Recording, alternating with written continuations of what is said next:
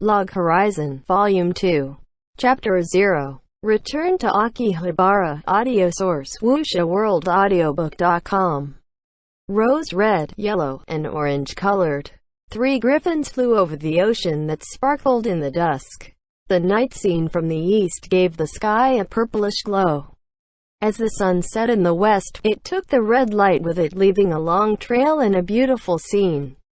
Upon the leading griffin, a man in silver armor turned and waved his hands widely with a big smile on his face, signaling something to his companions. Shiro saw Naosugu's signal and gently told the lady behind him, "Hang on tight." Shiro signaled a giant griffin he rode with his eel, and it tilted the tip of its 3-meter wings slightly. The monster cut through the air as it slowly glided towards the ground in a smooth arc.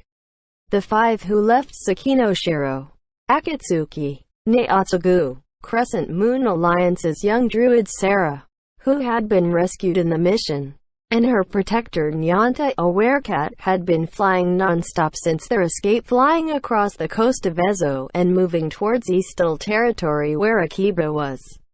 As the sun set in the west, darkness covered the world. Even though they possessed a rare flying mount not available to normal adventurers, Shiro's party still wished to get as far away as possible from Sakino, and they kept moving late into the evening by normal traveling conventions. Setting up camp required a lot of effort. Setting up the tents and preparing food took a lot of time. Because of the general lack of experience with the outdoors, even picking up firewood might take up to an hour. After the catastrophe, Shiro's party learned how to survive in the wilderness of this world, and had not been pushing too hard on their way to Sakino.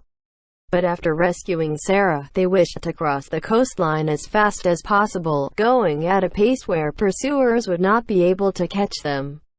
The 3 griffins coordinated with each other and took a beautiful curving path to land on a hill. "I wasn't afraid, okay?" Holding Shiro's hand while climbing down the griffin, Akatsuki said with shifty eyes. The truth was, of course, that she was still scared, even though she was now used to the sensations of flying. The thing she was afraid of was the griffin itself. The griffin had the upper body of an eagle, and the lower body of a lion, with strong wings that spanned between 5 to 6 meters, and with its sharp claws and beak in addition to its big size, it should be able to bite off Akatsuki's head in one bite. Akatsuki kept her distance after landing. Shiro smiled, being careful not to let Akatsuki notice, and took a piece of meat from his bag of holding to feed the griffin. Although the beast looked scary, it was very loyal to the adventurers who summoned them by flute. As Shiro stroked its neck, it happily swallowed the meat in one bite. The mission was a success. Naotsugu walked uphill towards Shiro after dismounting from his griffin. "Correct, your plan was brilliant, Nya." Nyana and Sarah approached Shiro from the other side. Thank you very much, everyone. I am very grateful. Anyway, don't mention it, we didn't do anything great," Shiro replied to Sarah, who bowed her head in gratitude. He also felt his attitude was too cold, but he was tongue-tied, and so he just averted his eyes shyly. Shiro opened his menu and used telepathy to report to Marielle. Marielle, who was waiting anxiously all this while, let out a sigh of relief after receiving Shiro's report. If you think about it, Shiro's party forcefully took over Marielle's rescue quest and traveled north. In the aftermath of the catastrophe, the city had a gloomy mood, frustrating the populace. Shiro took over the rescue quest because he found the mood too depressing. He was genuinely concerned for the Crescent Moon Alliance, and was happy to help Marielle and Henriette, but that was not the sole reason. Shiro had a feeling of irritation deep in his heart. Seriously, don't be too concerned. Shiro only did what he wanted for himself. Hence, he could not translate his thoughts into words, and could only speak broken phrases. Shiro Kai has always been shy. Nya. Nyana spoke in a relaxing and comforting tone. "Chief Nyana, Shiro-san and Nyana-san already knew each other?" "That's right, and I was their friend too," Naotsugu interjected. That's right, NYA. When Elder Tales was still a game, Shiro, Kai, Naotsugu, CCHI and I used to adventure together, NYA. When it was still a game. Those words echoed sadly in their hearts. This was not Elder Tales anymore. The catastrophe happened, and this was just a world that was similar to Elder Tales, but was 10 times harsher. Sarah made a depressed expression, making Shiro troubled, but he was unable to find the words to comfort her. My lord, we need to prepare for camp. Shiro felt saved by Akatsuki's suggestion and started the preparations with the others. Nyana and Sarada also understood that being depressed wouldn't help the situation, so they picked themselves up emotionally, and started looking for a suitable place to camp.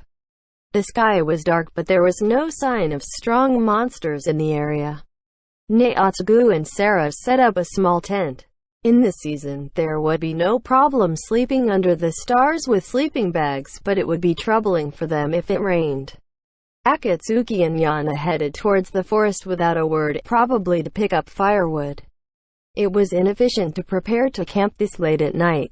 Even with magic light illuminating the area, it was slow to set up tents in the dark. The party dug up the grass, set up stones to block the wind, and started the campfire 2 hours after they landed. It was possible that they wouldn't get a full night's rest, but the 5 of them were in a happy mood, as they had already succeeded in the most difficult part of the rescue quest. Since they had crossed several zones using the griffins, they did not need to worry about pursuers. The only thing left on the agenda was to return safely to Akiba, so there was no need to rush, unlike their journey to Tsukino. They could even spend another night here if they wanted to. The leisurely mood was reflected on the faces of everyone. Nyana and Akatsuki headed into the forest that looked more like an overgrown jungle to pick up firewood. Naotsugu headed towards the river for water, and Shiro and Sarah set up tents in the meantime. Canvas tents were not magic items but were a necessity for adventurers. They were heavy items, but the weight disappeared when they were placed inside a bag of holding, so they were not a hassle to bring along. Before setting up the tent, Sarah contacted Marielle via telepathy. Marielle always had a happy smile on her face, but that didn't mean she was not worried. When she listened to Shiro's report, her voice had become shaky with emotion, probably due to a sense of relief. Marielle was so happy listening to Sarah's call, such that even Shiro, who was packing things outside the tent, was able to imagine by Sarah's reaction. I'm back with the water. The one walking up the hill was Naotsugu. He went to the pond and used his bottle to collect water. The sun had set completely, and the forest cast a clear silhouette under the clear night sky. Nyana and Akatsuki should be back from the forest soon. No matter how you looked at it, the rescue mission was a success. What is this? This is fantastic. Naotsugu let out an emotional voice. In front of the 5 was a campfire. My lord, how do I describe this? This is absolute bliss. Even the usually emotionless Akatsuki shouted with a red glow on her cheeks. Naotsugu nodded at them, and Shiro was not calm at all, but filled with joy. But the socially awkward Shiro wasn't able to express his happiness to the others. Nyaha, there is still more NYA. Naotsugu concentrated on his meat and didn't seem to hear Nyata's words. The deer meat was sizzling in the fire, and gave off a splendid aroma. Such a simple thing was an incredible discovery. The beginning of the incident started when Akatsuki and Yana took down a deer on their way to pick up firewood. In this world, wild animals were not rare. The human population was only 1% of Japan's overall population, so the wild animals had a good environment in which to breed. In the forest and hill zones where nature flourished, you could see wild animals like deer, birds, boars, and goats. But there were dangerous ones like wild dogs, wolves, and bears too. Especially wild boars and bears, which were as powerful as goblins, so adequate care should be taken. But if you avoid the dangerous beasts, deer and birds were easy to handle, perfect for low-level players to practice on, and an important source of food. Akatsuki and Yana hunted a deer on their way to pick up firewood. Nyana carved up the deer in front of the bewildered eyes of the rest of the party, and skewered the meat into delicious kebabs. Looking at the sizzling kebabs cooking in the fire, you could tell it was totally different from the food they had tasted. The aroma of food. Only real food could give out such a wonderful smell, which dumbfounded the group. Shiro and company felt a sudden hunger which they were unable to bear.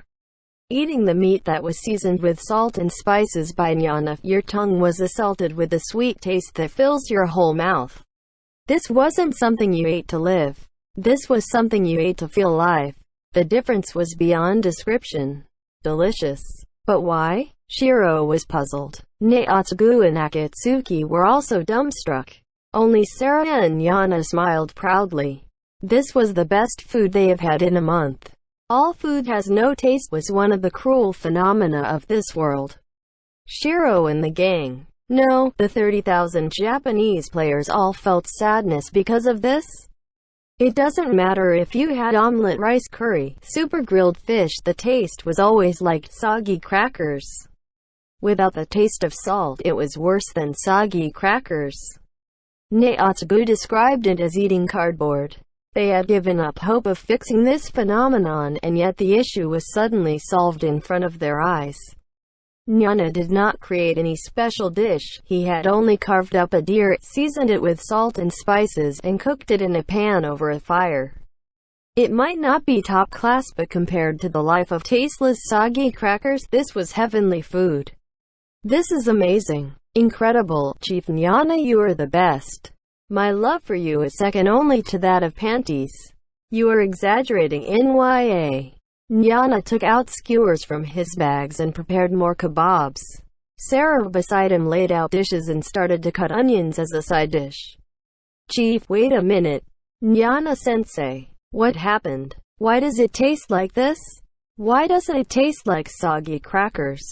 Requesting the testimony of the accused, Naotsugu held a kebab in each hand as he asked. He seemed wary of Nyata's guarantee that there was still a lot of meat, and was securing his portions in his hands. Akatsuki, who usually called Naotsugu out as a pervert, also said, "Delicious, wonderful, wonderful." As she put the meat into her mouth, Nyana carefully removed the inner organs while he explained, "When preparing a meal, you need to collect the ingredients, then open the menu to select the food you want to make. Correct, Nya?" He was describing the basic methods of creating items in Elder Tales. Using this method, you will always get food of that taste, Nya. You just need to collect the ingredients, but do not open the menu. Instead, you just manually cook the food, and it will appear as you know in the real world, Nya. Nyana explained calmly. But we, Akatsuki said halfway with her mouth full and had to stop to swallow. Shiro gave her a water bottle, and said, "We tried that too, but using that method, we would end up with mysterious items. When we grilled fish, it either became black hole or gooey slime. It is impossible to perform normal cooking in this world, right?" This was Shiro's knowledge of the world. Since it was a game, if you didn't use in-game techniques, the actions would fail. This was common knowledge. If you are not a chef, or if your chef level is too low, that is what will happen, Nya. Even if you use manual cooking, you still need the in-game skills. In other words, those with the chef subclass can make delicious meals as long as they do it manually, Nya. Nyata's words shocked Shiro, and he was finally able to accept it. If you thought about it, being able to sprinkle salt on food was a weird phenomenon. If you can only make food via menu, even the action of sprinkling salt would need to be done through the menu. Even if the player doesn't choose to be a chef as their subclass, they would still have 5 EXP in it. The ability to sprinkle salt was a default skill, which was the best players who didn't choose the chef subclass could do. Chief, does that mean? You are right, Naotsugu CCHI, I am a chef, Nya. One another kebab. Shiro and party ate lots of meat under the encouragement of Nyana. A mid-sized deer was more than enough for a group of 5, and should last them for tomorrow as well. Nyana took out an apple brandy he made in Sakino to celebrate, and the party continued. Nyana introduced Sarah to the trio once again. "It is nice to meet you all. I apologize for greeting everybody so late, and I am very grateful for everybody's assistance. I am Sarah, level 19 druid, subclass housekeeper, a beginner in Elder Tales." Sarah bowed her head. What an energetic girl. A girl's gentle face, small and smooth shoulders with her hair tied behind her, that was the impression Shiro had of her. Seems like she is probably one of the top 3 girls in her class, ranked number 3 in fact, but has received the most love letters. What? Neotsugu said something that is hard to comment on by someone he had just met for the first time. Sarah struggled to find the words to respond. Akatsuki's knee made a sharp sound as it met Naosugu's face. "Don't knee people. No kneeing. My lord, there was someone who is rude, so I gave him a flying knee." "You were reporting after doing it?" The reason why Naotsugu didn't protect his face was because he was protecting the kebabs in his hands, which made Sarah giggle. Hee. Era, this is Naotsugu, a guardian, reliable and strong, but perverted and stupid. Sarah nodded cheerfully at Niata's words. "I saw him in action before. I am sorry for my low-level healing support." Naotsugu replied. "Don't worry, that was already a big help." Sarah apologized repeatedly for her low level, but Shiro felt the same as Naotsugu, acknowledging Sarah's commitment and resolve.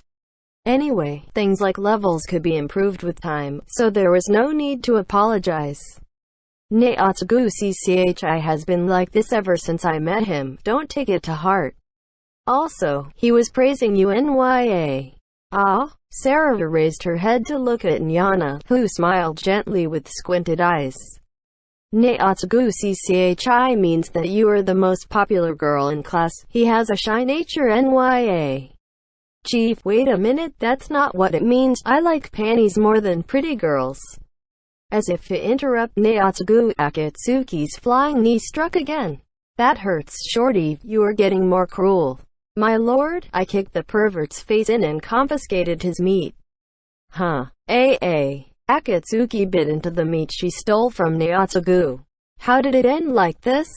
Nyana handed a new kebab to the depressed Naotsugu and asked, "What about this young lady NYA?" Shifting the attention to Akatsuki, Shiro introduced her to Nyana. She had been traveling together with Naotsugu and Shiro.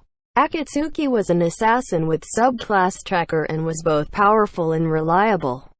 Akatsuki looked seriously at Nyana and bowed her head to greet Nyana. "Teacher, I am Akatsuki." Naotsugu complained loudly about the difference from his treatment, and Akatsuki stuffed some half-cooked meat into his mouth. The two of them bickered with each other with words like "shorty" and "pervert," and the rest of the party laughed heartily. As for Shiro Kai, he was the strategist of a group that was in NYA. "He is a brilliant young man NYA." Shiro nodded his head at Niata's introduction. Sarah thanked Shiro, all panicky. Shiro felt that she was a cheerful and nice girl.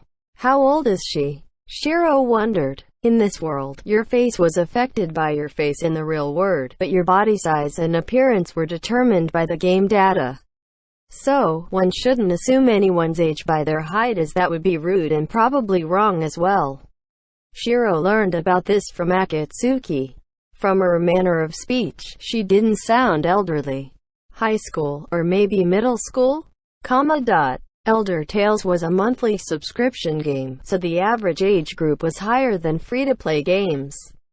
But that was only the average. It was not surprising for middle schoolers to play this game. If I recall, the twins were also about this age. The chain of events in the rescue mission had tensed Shiro up. So maybe it was because the tedious part of the quest was over, or maybe it was the celebratory mood in the food, but Shiro reminisced of the time before the catastrophe. Shiro knew the twins back when Elder Tales was just a game world. Shiro was a unique solo player, since a high-level enchanter could only be described as unique based in Akiba, living his daily life in Elder Tales. After the debauchery tea party dissolved, Shiro became a true roaming player. This was not a negative description, as he enjoyed this type of gaming life. In the town center of Akiba, there were people recruiting parties for raids everywhere, using the game's server chat channels. Shiro would sometimes join a group using this method, or join friends like Marielle in their quests, or even go by himself to explore or collect treasures. Shiro's subclass was Scribe, a production class with the ability to duplicate scrolls, maps and magic tomes. In Elder Tales, production was the transformation of ingredients into items, so getting raw ingredients was an important step. For scribes, the ingredients were paper and ink. For normal scrolls, the cheapest ingredients would do. But for high-level magic tomes, you would need ink with magic properties. Making special ink was also the job of scribes, which need ingredients like dragon's blood or rare minerals. If you wanted to get rare ingredients, you would need to travel to different places and defeat monsters. Even with the debauchery tea party gone or not dragging Shiro adventuring around anymore, Shiro was still busy with all sorts of business. As Shiro was living his daily gaming life, the twins were the ones to approach him. Nichan, please wait a minute. Excuse me, I'm very sorry. Is it convenient for you to talk? We want to find out something. The twins were only up to Shiro's shoulder in height. The boy wore cheap armor with a sword on his back. The girl wore white robes holding a staff with bells on it. No problem, what's the matter? Shiro remembered that it was in a crowded area of Akiba. Judging by their equipment, the twins were beginners, using default weapons. From their manner of speech and the sounds of their voices, they were either middle schoolers or younger, giving a childlike feeling. My magic is too weak, I am unable to cure Toya's wounds. I asked someone just now, and he told me to purchase better tomes. But I do not know where to buy them. Can you tell me where to buy them? From the choice of words and the voice of the girl, she seemed very well-mannered. I also want to learn skills. If you know, then please teach me, Nichan. The green status bar above the twins showed that the girl was Minori, the boy was Toya, and both were level 6. The first quest in Elder Tales was a beginner's tutorial. Players choosing Akiba as their starting city would be sent to Major Colonel's battle train camp to learn the basic controls.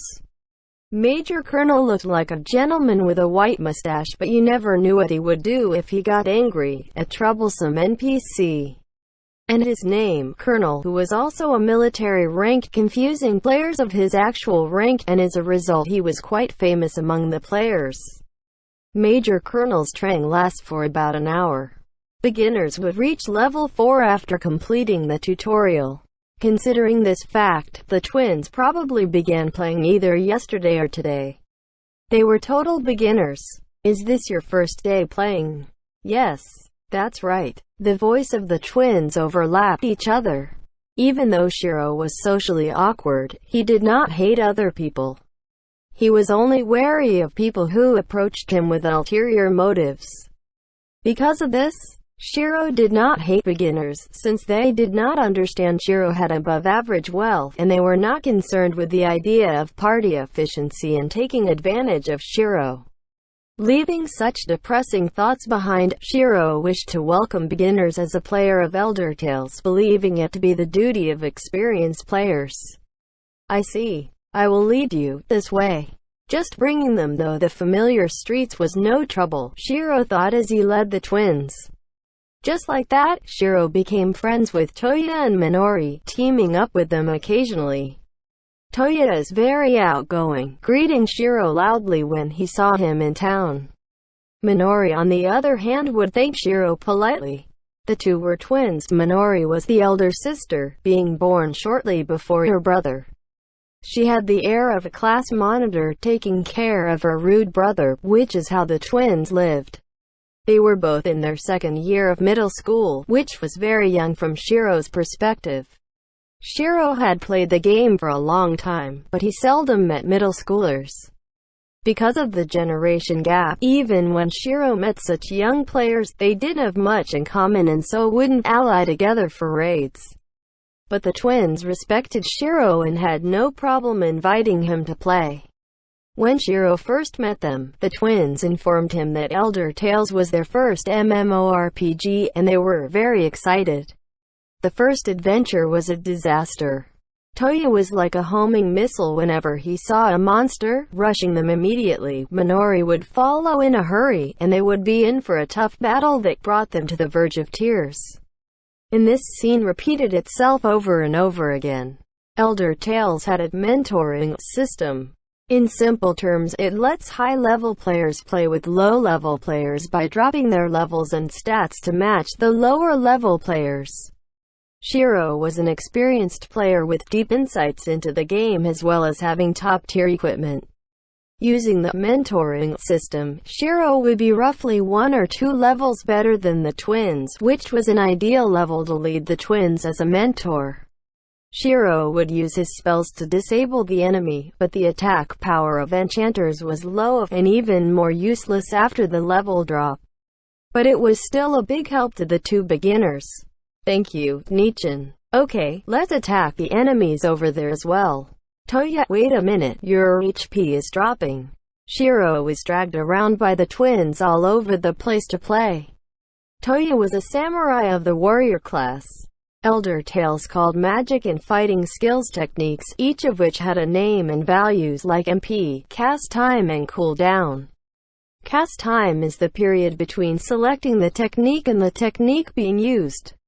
Cooldown is the time need for activated skills to be available for use again.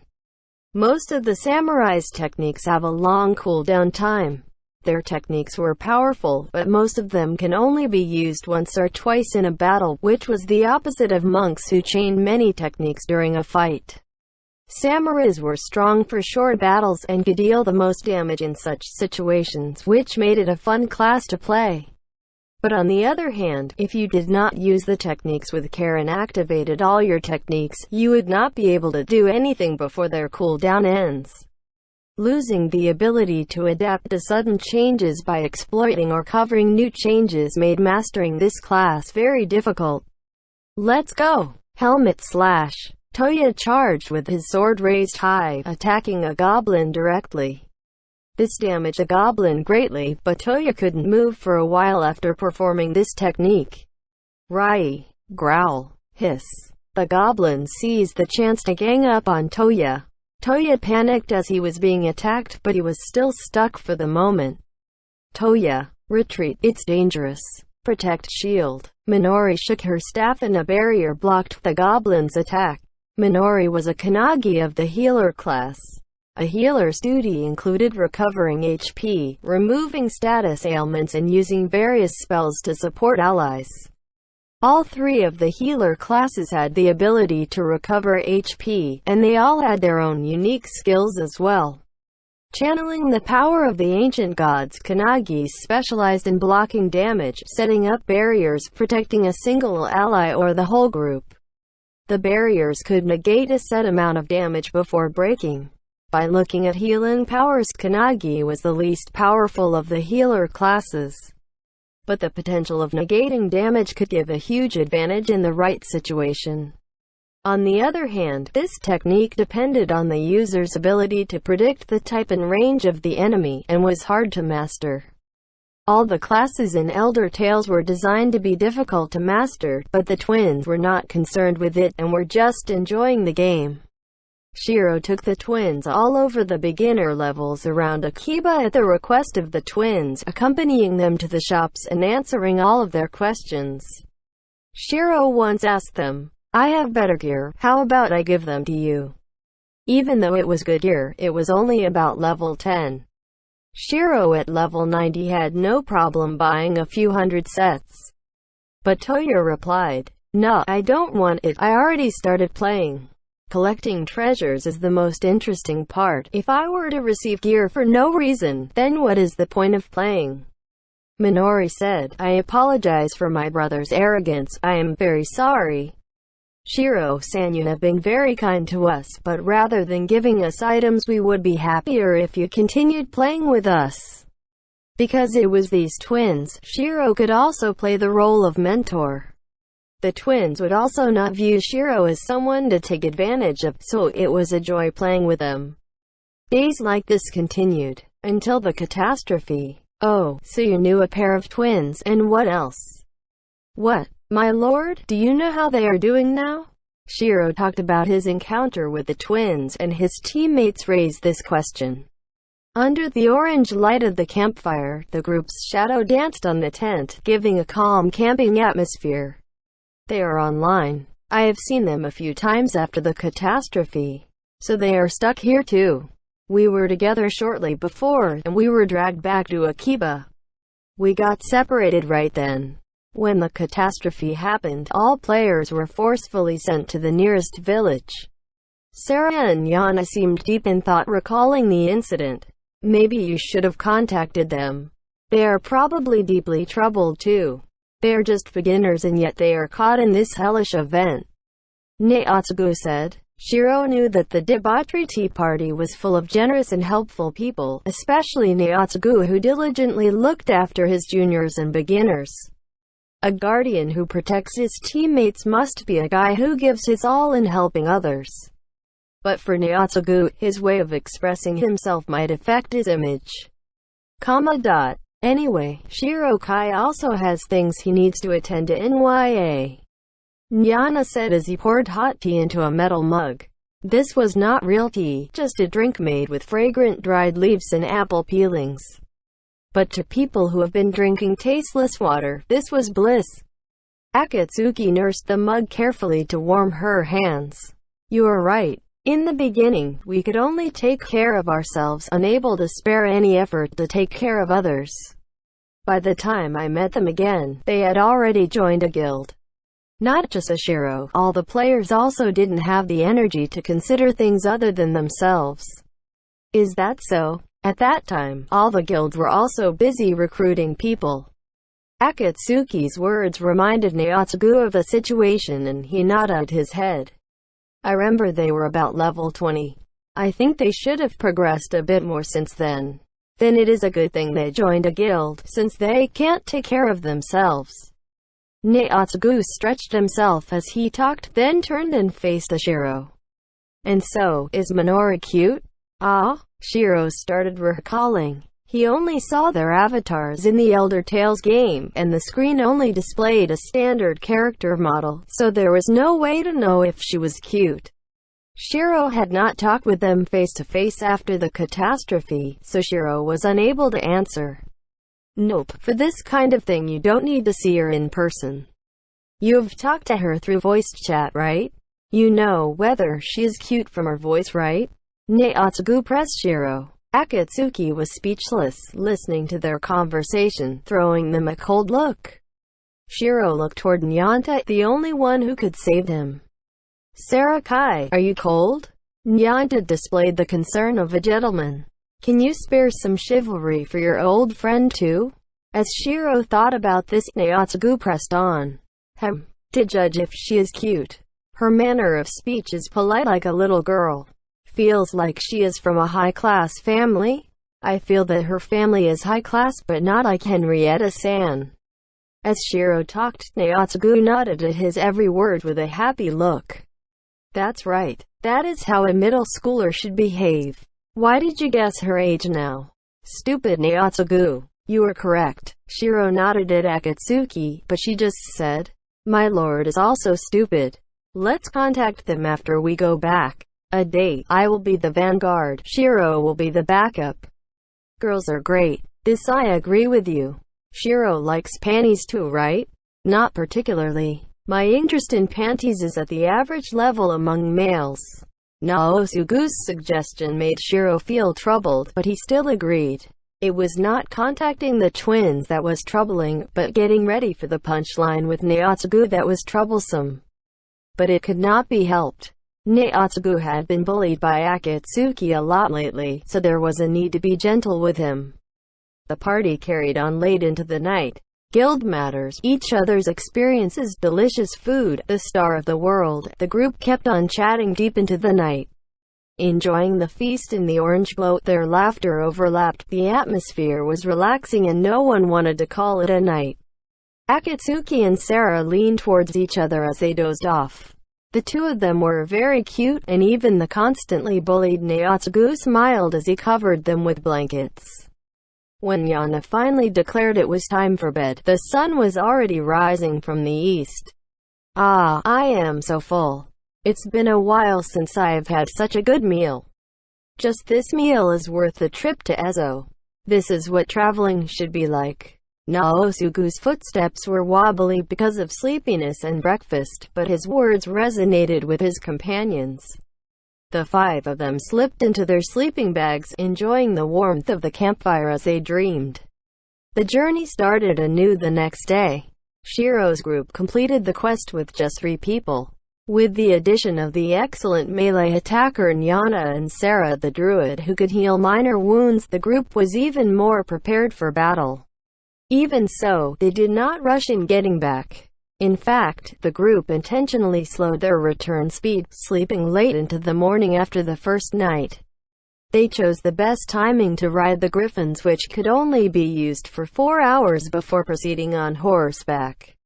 They broke for camp early in the evening and built their tent before the sun set, leaving plenty of time for dinner preparation. The food was all ingredients from the wild, but it was still a feast when compared to the food they had before. Nyanta put in lots of effort in preparing the meals, with his soup being the favorite. The group chatted about all sort of things. Sarah did not go into detail of her troubles in Sakino, but even if she was traumatized, she had now overcome it, and the group was relieved that she was okay. Unexpectedly, Sarah liked Nyana, but Nyanta didn't seem to realize it. But Sarah seemed to think she hid her affection very well, and no one realized it yet, which amused the others greatly. Whenever Sarah left Nyata's side, she would sneak a peek at him. During dinner, she would sit beside Nyanta with a gleeful expression on her face. The best news for Sarah was when Nyana said he would accompany her to Akiba and settle down there. When Sarah heard that, she hugged Nyana tightly, almost knocking over the pots. Seeing Sarah like this, Naotsugu made a mischievous face. Even though Shiro thought that was not cool, he understood Naotsugu's feelings. Nyana always claimed to be an old man in the debauchery tea party, and had never had any scandals. For the 2 former tea party members, this was a spectacular piece of news. But come to think of it, why would she like a middle-aged man? Naotsugu, you are too much. We're talking about the chief here. That is the charm of the chief. Sarah has good taste. The 2 of them laughed as Akatsuki replied. Akatsuki feels that Nyanta is okay too? Teacher is a first-class swordsman. A mildly shocked Shiro asked, and Akatsuki dutifully answered. This answer was vague with regards to Nyata's charm, so it should be Akatsuki's respect for Nyana as a fellow melee fighter, and Shiro accepted this answer. In terms of maturity, Nyanta was very reliable. He claimed to be an old man, but that was in comparison with the younger kids. He should be about 40. He was skinny and tall, had small eyes but looked good on the whole. So Nyanta is okay too. Shiro had the habit of putting his fingers on his chin when he was thinking. Akatsuki thought of something and approached Shiro, tugging at his sleeve. My lord, what is it? My lord is not a swordsman, but I think you are strong. She is comforting me. Shiro realized this and thanked Akatsuki while gently patting her hair. Akatsuki showed a troubled expression and said, I didn't say anything worthy of thanks, and turned her head away. Shiro felt a tug at his heart. As the group flew over the Yappa Highlands, dark clouds approached from the southwest. Naotsugu could see bits of white in the clouds rolling in. Shiro, Chief Nyana. Too lazy to use telepathy, he shouted directly at his companions who were flying about 10 meters below him. There's a storm coming. Shiro looked to the west after hearing Naotsugu. The sunlight had been blocked by the clouds, and the air was heavy, and the griffins had difficulty maintaining altitude. Shiro Kai, it's a bit early, but let's look for shelter Nya. Nyana calmly advised Shiro through telepathy. Checking the directions of the clouds again, Shiro raised his right hand, and they started to drop in altitude. Shiro flew towards a village on the Yappa Highlands which had about 20 buildings in the junction of several unpaved roads. Just as the griffins landed, thunder boomed and the weather changed in a blink of an eye. The party rushed into the center of the village. This was a typical village that can be found anywhere in all 5 Japanese servers.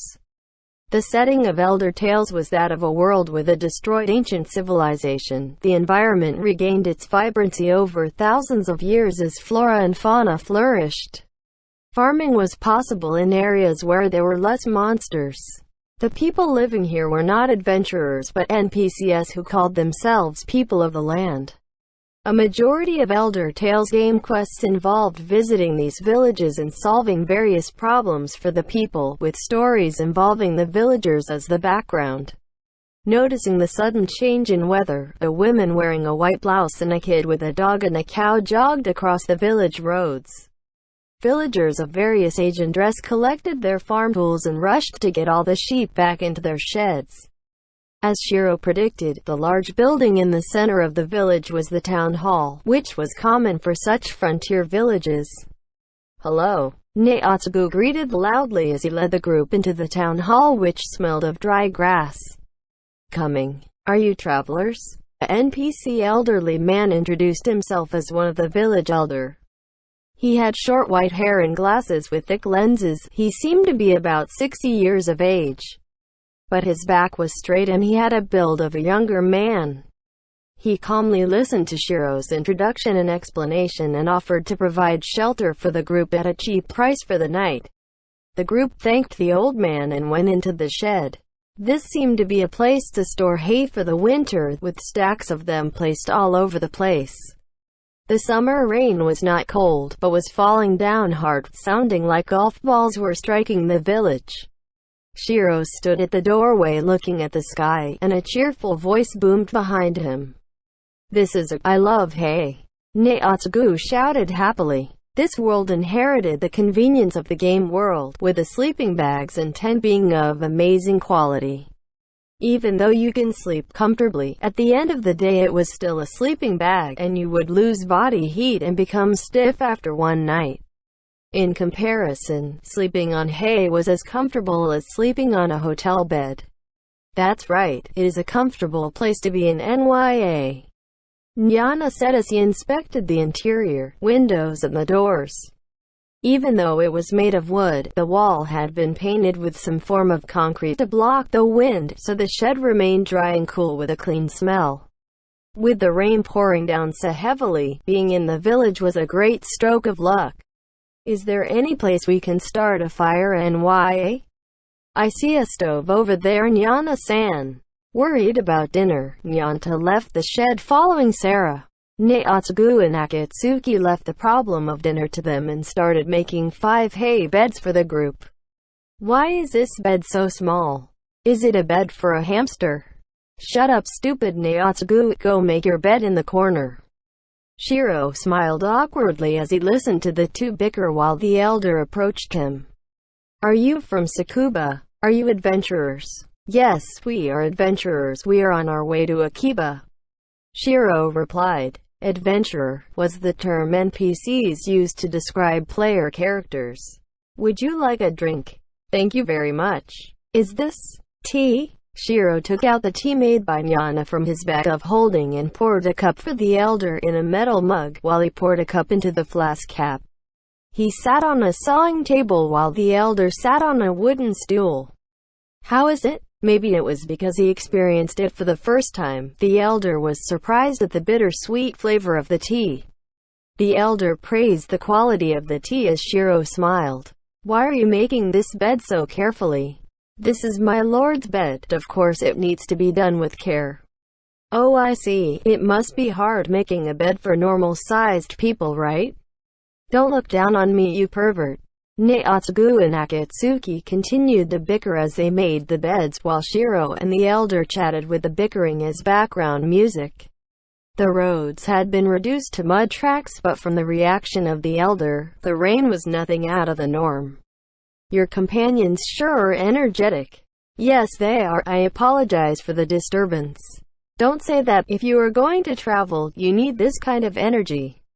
But since you are adventurers, this is to be expected. The biggest change that occurred after the catastrophe was the change in the NPCs. The NPCs in Elder Tales were the same as other games, and they did not possess their own personalities.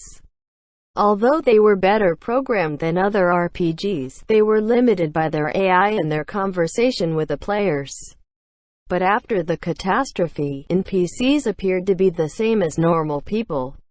Members of Brigandia may disagree, but Shiro believed it to be so. They could think, breathe, eat, and were alive. They could drink tea together and talk about all kinds of topics. Each of them had their unique names and memories. They were not humans, they were not monsters, but they were an important element in the world. Shiro's party had been straying in the wild most of the time after the catastrophe, spending little time in Akiba. Furthermore, NPCs were fewer in numbers in Adventurer City like Akiba. Hence, Shiro didn't have a chance to interact with NPCs, but chatting like this made Shiro think they were more and more human. The people of the land seldom travel, the elder said as he looked at Akatsuki with peaceful eyes. The people of the land was not a term describing humans, elves or dwarfs, but used to differentiate between players and NPCs. When Elder Tales was just a game, this term was already in place but seldom used by players, who referred to them simply as NPCs. But it was different now. People of the land. Yes, and this is a good village, we can live here with no worries. They referred to players as adventurers, and viewed them with fear. In their minds, adventurers had a different culture, and their abilities were totally on another level. Adventurers would grow stronger as they experienced battles, gaining powers hundreds of times more powerful, and possessed an undying soul. They did not disappear when they received fatal injuries, and would revive after returning to the cathedral. They could travel to places all over the world and even win battles against giants, the undead, and dragons. Beings with such an incredible existence were known as adventurers.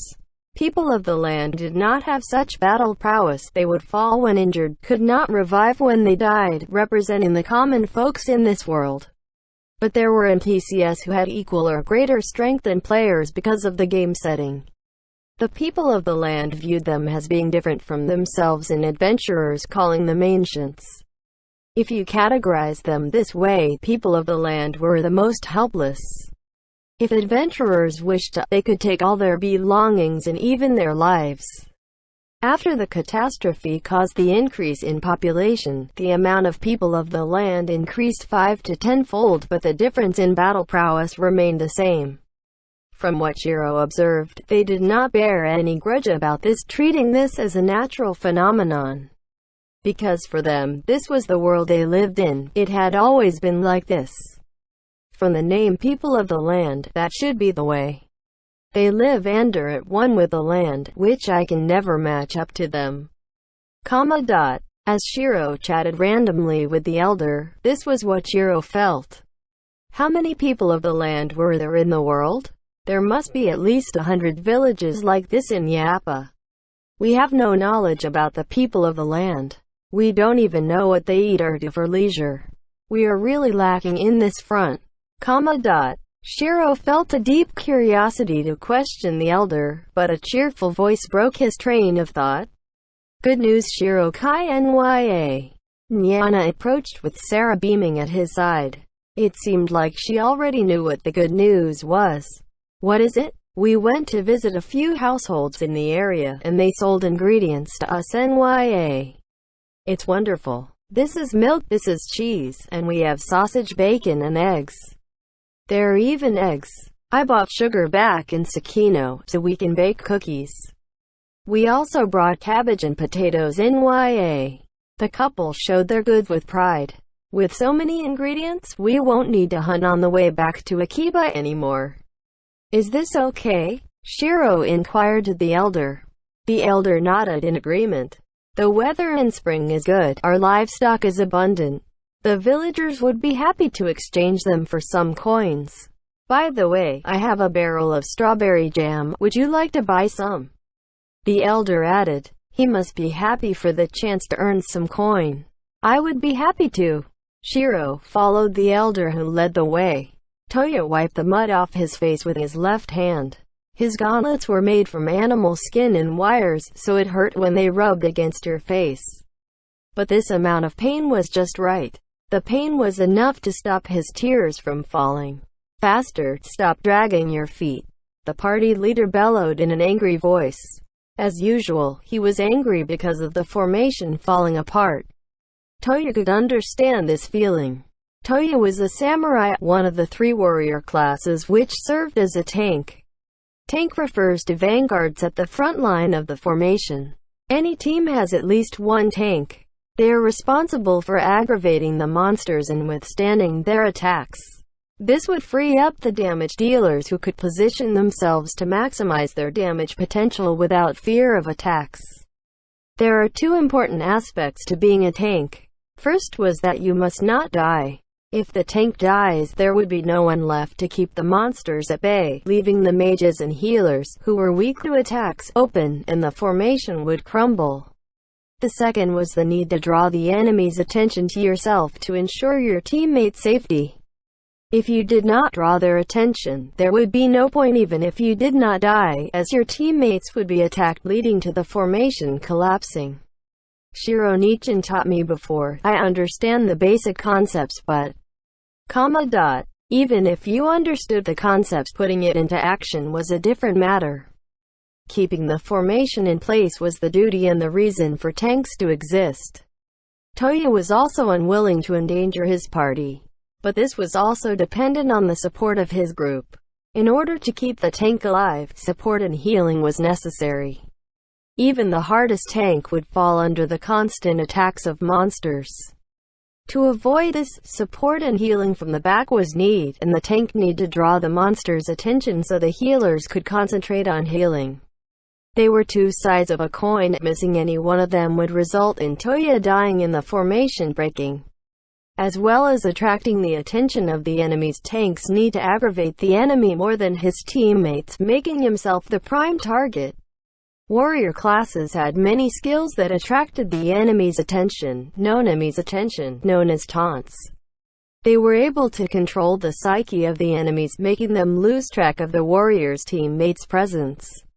After attracting their attention, the problem would lie in having the guts, presence of mind, and trust in the healing of your allies. Toya trusted Minori, so this should be simple. That is what Shiro Nichin said. But that is not enough. Usually, if the powers of the group were about the same, the warrior's taunt could operate without issue.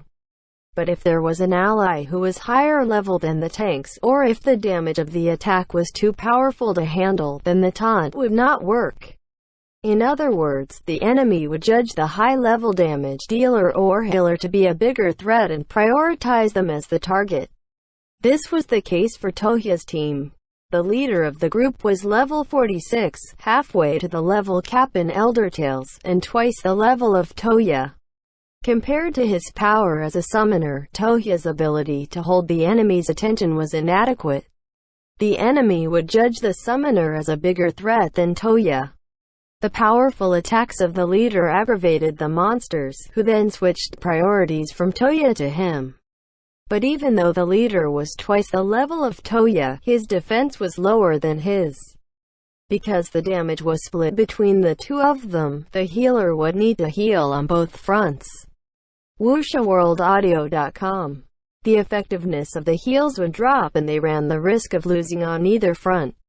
As things didn't go as planned, the formation would also become a mess. Damage dealers would not know which enemy to prioritize in order to salvage the situation. Should they target the enemy attacking Toya or the summoner? The confusion resulted in the team not concentrating on their attacks in order to take down enemies one at a time. This caused the battle to drag out, causing the formation to worsen, a vicious cycle.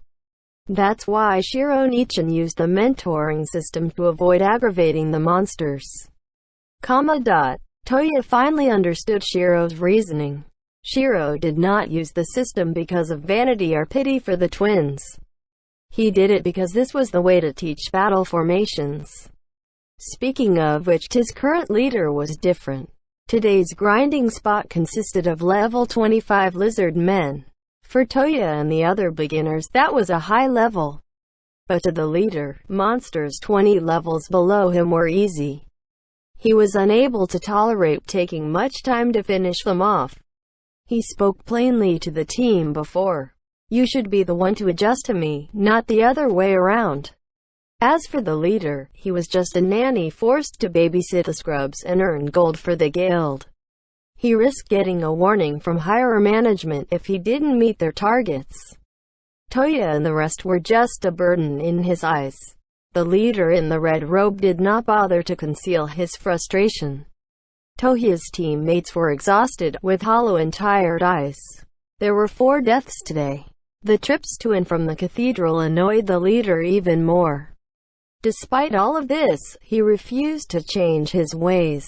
If he used the mentoring system, he would be able to achieve balance in his formation, but he was unable to stand the idea of lowering his level. Doing this will make things slower, and we won't be able to reach the target. In the alley of Akiba, a bard tripped and almost fell. I'm sorry. I'm losing strength in my legs. The girl apologized to Toya, who stopped her fall. There was only exhaustion and a deep hollowness in her eyes.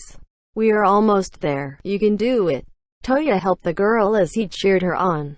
She was a level or 2 below Toya. She was very light and her cloak smelled of sweat and dirt. Toya was the same. They did not have the time or energy for showers. This must be hard on her. Toya looked at the girl, who had no strength to be concerned with her appearance, just counting her footsteps to distract herself from falling due to exhaustion. Toya bit his lips. How did it come to this?